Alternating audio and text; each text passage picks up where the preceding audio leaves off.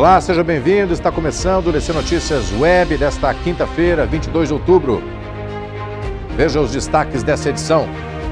Empresários argentinos pedem ajuda e Codefós vai auxiliar na reabertura da ponte Tancredo Neves. Lentidão no despacho de caminhões no Paraguai causa congestionamento aqui no Brasil. As cataratas, mais uma vez, são destaque internacional. A empresa australiana Lonely Planet coloca o atrativo entre os 10 lugares imperdíveis do mundo. E veja como foi a abertura dos congressos da UDC com o diretor-geral brasileiro, General Joaquim Silva e Luna. 22 de outubro de 2020, o DC Notícias Web já está no ar.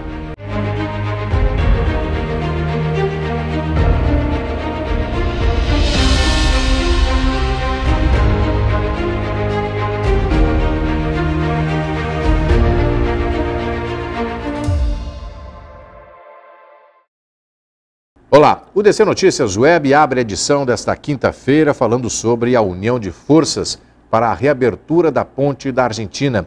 O Codefós recebeu um pedido de ajuda dos empresários de Porto Iguaçu para buscar a reabertura da fronteira.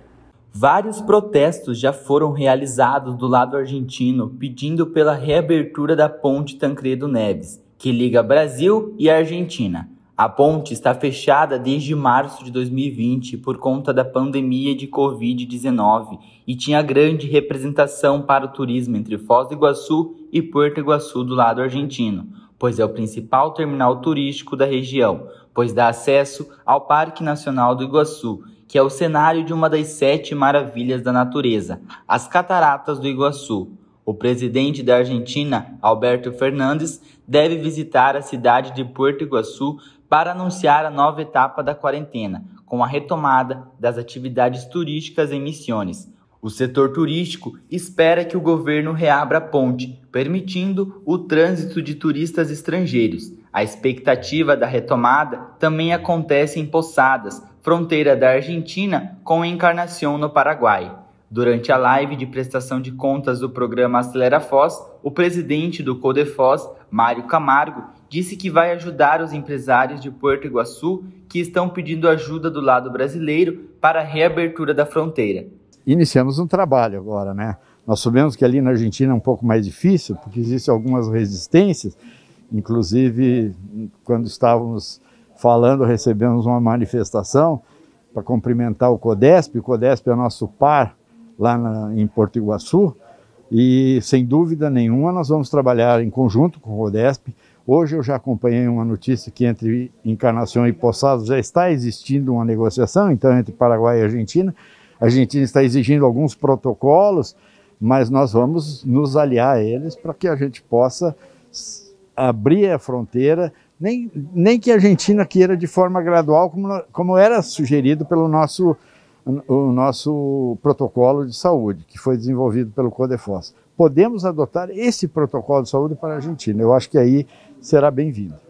Um alerta aos moradores de Foz do Iguaçu. É preciso que a população se conscientize sobre a proliferação do mosquito da dengue. O CCZ retornou em alguns bairros com os serviços de fumacê, a aplicação de inseticida contra o mosquito transmissor da dengue, a fim de evitar uma nova pandemia. Na primeira fase da ação, foram escolhidos bairros com maior índice de risco, localidades que concentram casos de dengue e infestação do mosquito, conforme a aferição realizada por meio do levantamento rápido de índices para Aedes aegypti. O primeiro ciclo de aplicação se concentra nos bairros Jardim São Paulo, Campos do Iguaçu, Ouro Verde, Profilurb e Jardim das Flores, com aplicação feita de segunda a sexta, das 5 às 11 da manhã e das 4 da tarde às 10 da noite. Os despachos de cargas no Paraguai estão andando de forma lenta e causando congestionamento de caminhões do lado brasileiro. O Codefós está viabilizando soluções para agilizar o trâmite na cidade vizinha.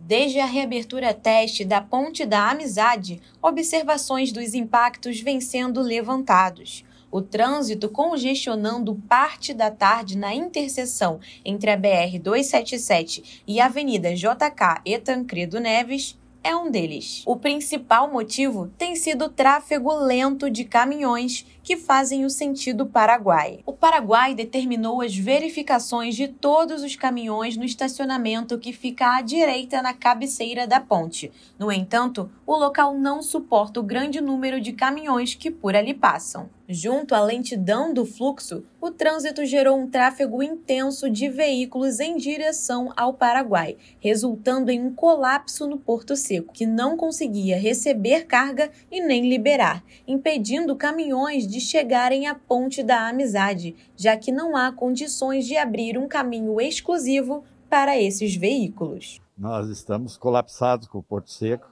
porque houve uma abertura e algumas regras para a entrada no Paraguai que vieram trazer dificuldades para o nosso transporte, principalmente logístico, de exportação e de importação. Ontem o nosso porto era 5 horas da tarde e estava colapsado. Ele não recebia carga e não poderia exportar porque estava toda a ponte tomada por veículos que estavam retornando ao Paraguai. Além disso, tem ocorrido tentativas de carros brasileiros de entrarem no Paraguai após as 14 horas, mesmo havendo restrição de entrada após esse horário. Esse horário que foi estipulado pelo Paraguai para retornarem ao Paraguai, 2 horas, não pode brasileiros, só paraguaios, eram 8 horas da noite e a ponte estava cheia. E então nós temos que resolver esses problemas e passamos inclusive para o Codeleste, para a Linda, para a Natália, que participaram da reunião, para que elas pudessem nos ajudar a interferir junto ao governo paraguaio para que a gente ache uma solução. Ficou definido que nós vamos fazer um documento e vamos apresentar para os 3 ministros, a ministra da Agricultura, para o ministro de Infraestrutura e para o ministro Paulo Guedes, que é o ministro da Economia, né? Nós esperamos mostrar para eles que tanto a logística como o agronegócio e as finanças estão sendo afetados por algumas atitudes ali que é muito fácil de resolver, desde que haja bom senso. As cataratas, mais uma vez, são destaque internacional. Uma empresa australiana, a Lonely Planet, coloca o atrativo entre os 10 lugares imperdíveis do mundo. A conceituada revista australiana Lonely Planet, uma das maiores editoras de guias de viagem do mundo, em última edição do Ultimate Travel List, colocou as cataratas do Parque Nacional do Iguaçu no ranking entre os 10 lugares mais imperdíveis do mundo e ainda relacionou junto aos 500 locais que mais despertam as emoções dos viajantes. As cataratas mais impressionantes do planeta, qualifica a publicação que faz a apresentação do local. As quedas são indicadas como algo sublime, aquela visita que as pessoas precisam fazer pelo menos uma vez na vida e guardar experiência na memória. Assim apresenta o autor da publicação. Ao lado das cataratas do Iguaçu, alguns dos destinos listados pela Lonely Planet estão a cidade de Petra, as ilhas de Galápagos e o Parque Nacional de Yellowstone. Nesta quarta-feira foi realizada a abertura dos congressos da UDC. A palestra inicial foi com o diretor-geral do lado brasileiro, General Joaquim Silva e Luna. E foi tão positiva que vamos apresentar aqui no DC Notícias Web. Acompanhe como foi. Primeiro, eu gostaria de agradecer pelo convite em participar com todos desse congresso. Gostaria de poder estar juntos, mas por limitações do trabalho, fico fazendo esse contato daqui da própria Itaipu. Inicio dizendo que quem tem um sonho a sonhar tem o que realizar. Todo estudante, todo aquele que se prepara, ele tem um sonho, tem um objetivo. Hoje, a terminologia mais usada tem um porquê. E tem já na sua visão, olhando um pouco mais à frente, um quê. E tem que encontrar o seu como. Eu diria, de uma forma bem resumida, quem tem um porquê, encontra qualquer como. Ele vai dar uma forma de alcançar os seus objetivos. Gente jovem, de qualquer idade, ele tem o que sonhar, tem o que realizar. Cumprimento mais uma vez a todos por essa iniciativa. Gestão é o básico de qualquer trabalho. Ao longo da minha vida militar, no Exército, fiquei 46 anos, desde cadete na Academia Militar das Águilas Negras, até general do Exército, foi meu último posto, como chefe Estado-Maior do Exército. Me dei conta que, além de lidar com pessoas e processos, nós temos que fazer entregas, ou seja, era gestão. E a gente se dá conta, de uma forma bem resumida, que a eficiência de tudo que a gente faz tem a ver com o resultado. Qual é a entrega que nós fazemos? Para cada 10 minutos de teoria, pelo menos uma semana de prática. Nós somos avaliados por aquilo que fazemos, pelas intenções, pelas ideias, são importantes, mas elas precisam vir acompanhadas de ação. Conhecimento isolado não tem valor nenhum. A consequência dele é a ação. Mas nessa minha experiência de vida nas Forças Armadas, porque depois eu também ocupei o cargo de ministro da Defesa, antes de vir para Itaipu, uma coisa para mim ficou clara. Primeiro, ninguém faz nada sozinho. Você precisa construir uma equipe de colaboradores em quem você confie. Crie uma estrutura, crie uma narrativa que as pessoas possam entender bem, se comunique com simplicidade, crie ideias que as pessoas entendam, conviva por intermédio da empatia, ou seja, procura entender o outro, qualquer que seja o nível dele. Sempre tem pessoas que convivem conosco, desde a senhora que serve o cafezinho, até um diretor, um oficial general. Ele tem condições de trazer ideias que são aproveitáveis e que melhoram as ideias que nós temos. Isso aí faz parte do princípio da humildade, que é importante que se tenha em quem trabalha com gestores. Ninguém lidera se não tiver liderado. Ninguém é gestor de uma empresa que não tenha empregados, que não tenha colaboradores. Então esse é o foco principal. Ao longo da minha vida, o meu grande esforço que fiz foi construir uma equipe. Uma empresa não deixa de ser uma vontade coletiva, um conjunto de valores em que as pessoas se reúnem para atingir, no final de cada jornada, objetivos que interessam à empresa, mas interessam a si próprio, quando a gente se realiza fazendo o que está realizando. Aqui em Itaipu, onde eu estou 1 ano e 8 meses, logicamente a experiência que a gente acumula ao longo da vida, ela serve, ela interessa, mas ela precisa ser colocada no contexto da realidade. E tomamos algumas medidas, focando bem qual era a missão da empresa. Produzir energia elétrica com qualidade e limpa, renovável, como é Itaipu. Mas também tem uma série de outras entregas que fazem parte da missão. Por exemplo, cuidar do desenvolvimento regional. A partir daí, procuramos enxergar esse conjunto de interesses, verificar o que era mais urgente de forma estruturante para a região, para o oeste do Paraná, para o Brasil. Aí apareceram essas obras que são maiores, a segunda ponte, que era uma demanda de quase 50 anos, o aeroporto que estava estrangulando totalmente o turismo, que é a vocação da região, vocação praticamente de Foz do Iguaçu. Temos que ampliar a pista para permitir voos internacionais diretos. Tem a rodovia das Cataratas, que também é uma demanda aí de mais de 20, 30 anos. Estamos investindo nessa área. A própria cidade de Foz do Iguaçu precisa dar uma qualidade melhor de ruas, de avenida, de as pessoas que convivem aqui dentro. Então trabalhamos um pouco em torno disso. E colocar tecnologia na vida nossa, ela está presente em tudo. Estamos agora iniciando, semana que vem, já esse projeto que já foi divulgado, que é de cidade inteligente. Isso é um caminho sem retorno, o Brasil para o mundo. Então, começando, dando exemplo, tem um parque tecnológico que permite isso, estamos juntando esforços nesse sentido. Buscamos alinhar as nossas ações. Isso também é outra ideia que é interessante. Não dá para ficar sozinho. O mundo está globalizado, mas ele está também interconectado e interdependente. Dependemos de todos. Então, concitamos o governo federal, o governo estadual, os municípios lindeiros, tanto de Foz como da região como um todo, alinhamos os nossos esforços. A partir daí, começamos a economizar dentro de Itaipu, de modo que os recursos que nós pudéssemos economizar pudessem ser empregados em benefício dessa região. E como é que nós economizamos isso? Primeiro, foi centralizando a empresa. Havia uma ideia de que não deveria ficar toda a a Itaipu, toda a sua administração, toda a sua direção aqui em Foz. Nós mostramos que isso aqui era um paradigma equivocado. Então, hoje não tem um empregado de Itaipu que não esteja em Foz do Iguaçu. Então, extinguimos o escritório de Curitiba, extinguimos o escritório de Brasília, estamos todos aqui dentro. Todos os diretores, todos os empregados, de modo geral, participam do trabalho da empresa. Ganhamos em governança, ganhamos em comunicação, ganhamos em presença e agilidade. Ganhamos tempo e economizamos bastante recurso com essa atividade.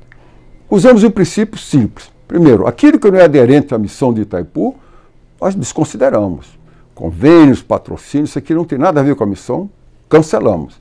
Logicamente, isso gera algum desconforto no início, mas depois as pessoas entendem e se dão conta que é isso mesmo. As pessoas querem saber onde você está colocando esse recurso que faz. Quem paga a conta de luz quer saber onde é que vai esse dinheiro que eu estou pagando. Nós seguimos um princípio simples, que é o da Constituição Federal, que está no artigo 37 da Constituição, da legalidade, da impessoalidade, da moralidade, da publicidade e da eficiência. Então, as coisas que fazemos, além de ser feito de uma forma dando divulgação, não fazendo propaganda, mas divulgando o que se faz para que a sociedade acompanhe e até com as suas iniciativas, com os contatos, recebemos isso, elas possam influenciar no sentido de melhorar as decisões que tomamos aqui dentro. Então, publicidade nesse sentido. E eficiência, então tem que entregar o resultado. Colocamos prazo, meta, de modo que se possa fazer as entregas dentro das expectativas feitas. Não dá para esperar que tudo fique nas melhores condições possíveis. Tem que começar. Tem que aguardar que todos os sinais fiquem verdes, a gente nunca dá partida. Então tem que iniciar e depois estabelecer um prazo e vamos agora corrigindo a rota, colocando as pessoas dentro, de modo que se cumpra o que está sendo planejado. Fazendo com menos e ganhando mais tempo. E falando de tempo, tempo é importante. Quando somos jovens, achando que temos a dimensão do mundo inteiro. Não temos. A vida é finita. Temos que ir fazendo as coisas de modo que eu possa ter entregas, de modo que eu possa viver bem as nossas estações da vida. Chegar o outono sem saudade da primavera. A atividade do gestor é uma atividade que não termina. Você nunca está pronto para ser um bom gestor. Primeiro, precisa se atualizar. Segundo, não adianta resolver os problemas do futuro com as ferramentas do passado. Você tem que estar atualizado, particularmente na área de inteligência artificial. E tudo hoje se faz com menos tempo e com menos custo, usando e menos pessoas. Então, usando, logicamente, as ferramentas que a tecnologia nos entrega. Não dá para um gestor não ter um homem focado, ter na sua cabeça tecnologia. Não é só do celular, não é só isso. Era voltada para ser uma solução. Falei que a gente trabalha com pessoas e processos. Precisam ter processos que sejam retilíneos, simples. A simplicidade é o princípio de tudo. Você vê a coisa mais complexa do mundo, ela é resolvida a partir de um pensamento simples. Depois você coloca nele o que precisa ser construído. Então, estamos bastante otimistas com a gestão que está em curso ainda, só temos 1 ano e 8 meses, para fazer as entregas aqui em Itaipu, já se comprometeu a fazer. Essa semana mesmo estamos começando um trabalho aqui no Gramantão. Semana que vem, já as obras voltadas para a cidade inteligente. Tem outra quantidade de obras grandes que a gente vê aqui na área. E com relação à própria usina, cuja vocação principal é produzir energia elétrica, nós estamos vivendo um ano seco, com a Covid que reduziu a carga, ou seja, a necessidade de energia que Itaipu tem que produzir, mas pretendemos entregar toda a energia que foi contratada pela Eletrobras do lado brasileiro e pela Ande do lado paraguaio, que são nossos 2 compradores de energia. Já estamos visualizando o final da meta, vamos chegar ao final do ano, entregando todo esse contrato que se tem com Itaipu, Brasil e Paraguai. Bem, dito isso, desejo a todos muito sucesso, aos organizadores e àqueles que participem. Aproveite o momento para observar, ficar focado no que está fazendo, porque nossa cabeça se distrai com muita facilidade. A gente tem 2 minutos de conversa, a gente desliga e começa a viver o mundo que está na sua cabeça. A gente sabe que o mundo hoje tem pressa, tem déficit de atenção, tem déficit de paciência, eu diria, tenha um foco no que está ouvido. E tendo oportunidade, pergunte. A pergunta sempre implica em resposta. Quando a gente faz afirmações, você fica preso no seu conhecimento. Quando a gente faz perguntas, não, você adquire uma visão da outra pessoa. Estabelecer relações por intermédio da empatia, procurando entender outras pessoas e tentar tirar desses 2 dias o máximo de aproveitamento. Isso implica anotar os estímulos, porque o conhecimento, logicamente, cada um depois vai buscar o seu que é necessário para essa palestra, para essa parte de gestão. Sucesso a todos, parabéns pela iniciativa que teve a UDC em organizar esse evento e aqui em Itaipu estamos à disposição de todos. Muito obrigado, boa jornada. UDC Notícias Web fica por aqui, nós voltamos amanhã. Curta, compartilhe as nossas publicações em nossas redes sociais oficiais. Nós agradecemos a sua companhia e até lá. Até lá.